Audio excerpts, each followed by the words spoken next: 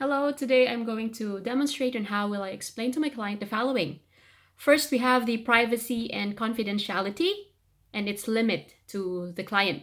First of all, it would be a meaningful meeting when informing the person what is the meeting or the conversation is all about.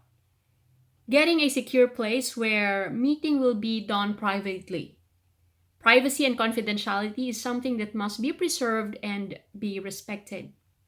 Setting the environment and making the person comfortable and safe will give him the glimpse of what privacy and confidentiality is.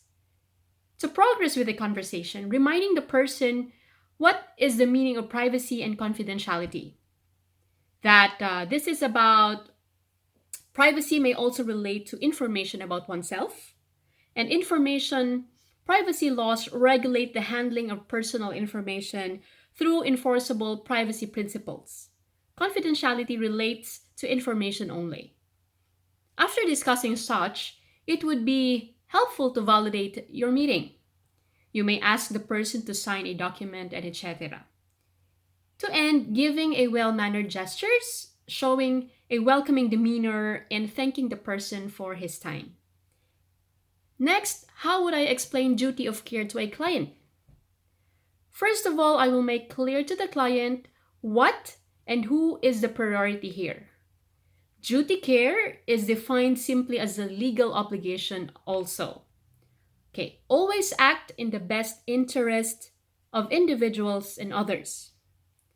Next, not act or fail to act is a way that results in harm.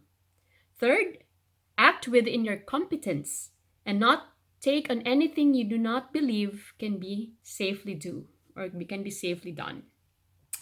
Okay, how would I explain mandatory reporting to a client? Mandatory reporting involves a mandated reporter.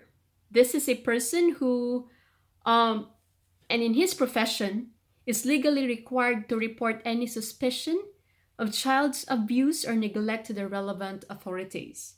These laws are in place to prevent children from being abused and to end any possible abuse or neglect at the earliest stage possible.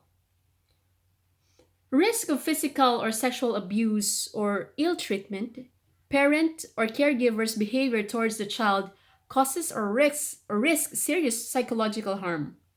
Incidents of violence, domestic violence, and as a consequence of a child or young person is at risk of serious physical or psychological harm.